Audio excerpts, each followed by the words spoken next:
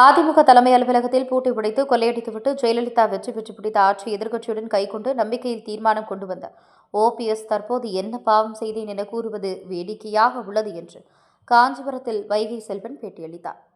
காஞ்சிபுரத்தில் முன்னாள் முதலமைச்சர் ஜெயலலிதாவின் 78வது பிறந்தநாளை முன்னிட்டு காஞ்சிபுரம் மாநகராட்சிக்கு உட்பட்ட சின்ன காஞ்சிபுரம் காவல் நிலையம் அருகே யாகசாலை தெருவில் நடைபெற்ற பொதுக்கூட்டத்தில் முன்னாள் அமைச்சரும் அதிமுக செய்தி தொடர்பாளருமான வைகை செல்வன் கலந்து கொண்டு சிறப்புரையாற்றினார். மேடையில் பேசிய வைகை செல்வன் பேசுகையில் ஓபிஎஸ் பேசும்போது கூறுகிறார் நான் என்ன தப்பு செய்தேன் என்று.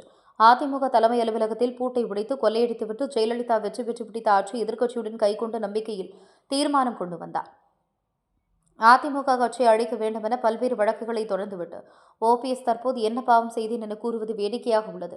நடிகர் விஜய் கட்சியில் கிளை செயலாளர்கள் கூட இல்லை, ஆனால் செல்போன் மட்டும்தான் உள்ளது.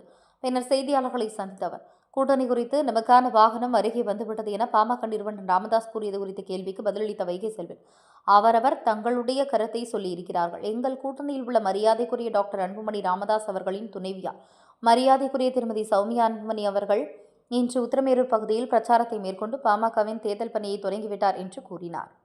மேலும் அவர் பல்வேறு விஷயங்களை பகிர்ந்து கொண்டார்.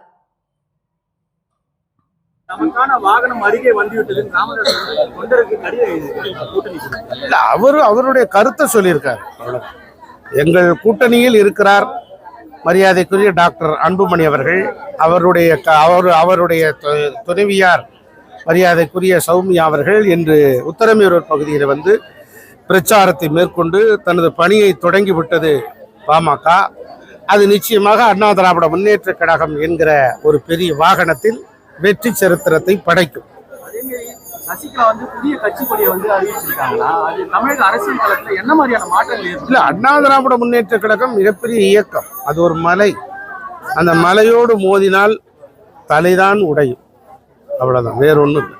ஏனென்றால் தொண்டர்களால் கட்டி அமைக்கப்பட்ட இயக்கம். புரட்சி தலைவர் எம்ஜிஆர், புரட்சி தலைவி அம்மா, அதற்கு பிறகு எத்தனையோ தலைவர்கள் வந்து பார்த்தார்கள். இன்று எடப்பாடியார் இருக்கிறார். ஆகவே தொண்டர்களுக்கு யார் துணையாக தூணாக அரவணைப்போடு இருக்கிறார்களோ அவர்களை தலைவராக ஏற்றுக்கொள்வார். அப்படிப்பட்ட தலைவராக எடப்பாடியார் இருக்கிறார்.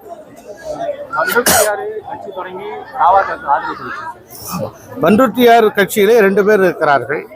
ஒருவர் பண்ருட்டியார், இன்னொருவர் தெரியும், அவர் பொதுச் செயலாளர். ஆகவே 2 பேரை தவிர வேறு யார் இருக்கிறார்கள்? 2 பேர் கொண்ட ஒரு கட்சி. ஓபிஎஸ் அவர்கள் வந்து என்ன தவறு செஞ்சேன் அப்படின்னு சொல்லி சொன்னாங்க. ஆமா, என்ன ஒரு மனநிலையில இந்த மாதிரி ஒரு வார்த்தைகள் வரும் அப்படிங்கிறது எப்படி?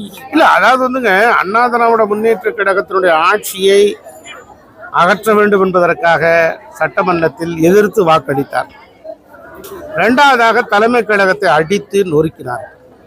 3வதாக அண்ணா திராவிட முன்னேற்ற கழகம் இது எனக்கு சொந்தம் என்று சொல்லி பல்வேறு வழக்குகளை அவர் போட்டிருக்கிறார். அந்த வழக்குகள் நிலுவையில் இருக்கிறது. இதையெல்லாம் தவறுகள் தான். அண்ணா திராவிட முன்னேற்ற கழகம் நன்றாக இருக்க வேண்டும் என்று சொன்னால் அந்த பணிகளிலே தானும் இணைந்து கொள்ள வேண்டும். இடையூறாக இருந்து அண்ணா திராவிட முன்னேற்ற கழகத்தை நசுக்கி அதை அடித்து நொறுக்கி அண்ணா திராவிட முன்னேற்ற கழகத்தின் நம்பிக்கையில்லா தீர்மானத்தின் மூலமாக வாக்களித்து அதை ஆட்சி கவிழ வேண்டும் என்று நினைப்பவர்கள் அண்ணா திராவிட முன்னேற்ற கழகத்தின் வளர்ச்சிக்கானவர்களா? இதை மக்கள் உணர்ந்து கொண்டு புரிந்து கொண்டிருக்கிறார். மரியாதைக்குரிய திரு டிடிவி தினகரன் அவர்களை என்ன சொன்னார்? பசுத்தோல் போர்த்திய புலி என்று அவரை சொன்னார். இதுதான் ஒரே வரி. அண்ணா திராவிட முன்னேற்ற கழக தலைமையிலே பாஜக கூட்டணி அமைத்திருக்கிறது. 10,000 ரூபாய் தேர்தல் அறிக்கையிலே சொல்லி இருக்கிறார்.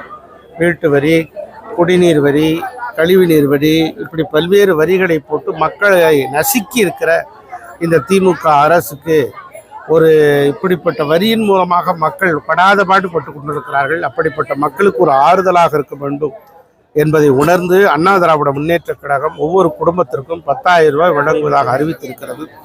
இப்படிப்பட்ட ஒரு நிகழ்வு நடந்து கொண்டிருக்கிறது. பாஜக தமிழகத்திலே நிறைய இடங்களில் வேரூன்றி இருக்கிறது. ஆகவே அவர்கள் எங்களோடு கூட்டணியில் இருக்கிறார்கள். இப்படி மாறி மாறி விமர்சனம் செய்வது இயல்புதான். தேர்தல் வந்ததற்கு பிறகு மக்கள் நல்ல முடிவை எடுப்பார்கள்.